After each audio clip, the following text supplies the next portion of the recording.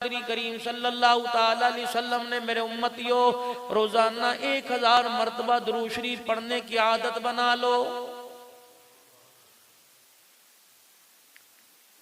तुम्हारी मर्जी दुरूद इब्राहिमी पढ़ो या जो दुरूद शरीफ पढ़ो या सल्लल्लाहु अलैहि वसल्लम पढ़ो।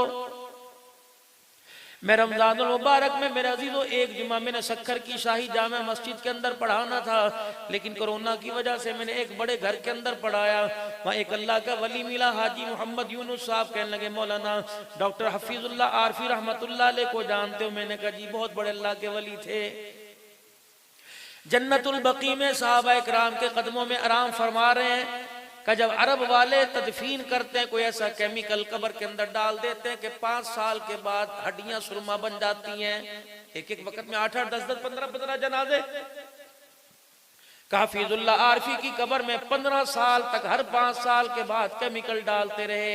15 साल 5 साल के बाद कब्र से बाहर निकाला, 10 साल के बाद कब्र से बाहर निकाला, 15 साल के बाद निकाला। कफन भी वैसा, जिस्म भी वैसा था।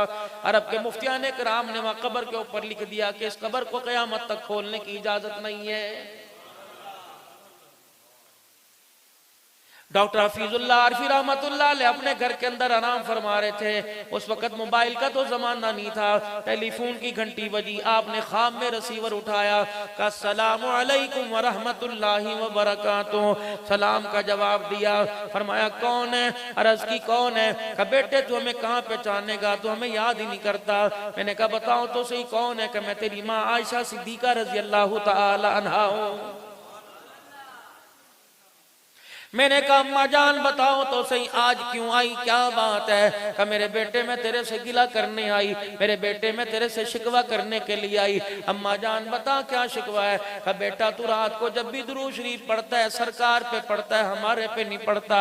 मैंने कहा अम्मा जान कैसे? कि जब भी पढ़ता है सल्लल्लाहु अलैहि वसल्लम पढ़ता है, फरिश्ता ये दुरूद शरीफ लेके सरकार के रोजे में जाता है। अम्मा जान बता मैं तेरे पे दुरूद कैसे पढ़ूं? कि बेटे बस एक लफ्ज का ज्यादा इस्तेमाल, एक लफ्ज को ज्यादा शामिल कर ले, सल्लल्लाहु अलैहि व आलिहि वसल्लम। दुरूद हुजूर के रोजे में भी जाएगा, जन्नतुल बकी में हमारे पास भी आ जाएगा। डॉक्टर साहब कहने लगे मैंने 15-20 दिन दुरूद शरीफ पढ़ा। उसी तरह मैं रात को लेटा हुआ था, ख्वाब में अम्मा जान आ गई।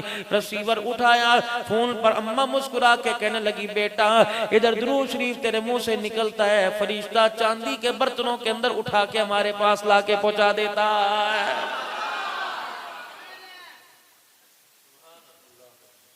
हजार मरतबा दुरूद शरीफ पढ़ो, मौत नहीं आएगी जब तक जन्नत के अंदर अल्लाह घर नहीं दिखा देंगे।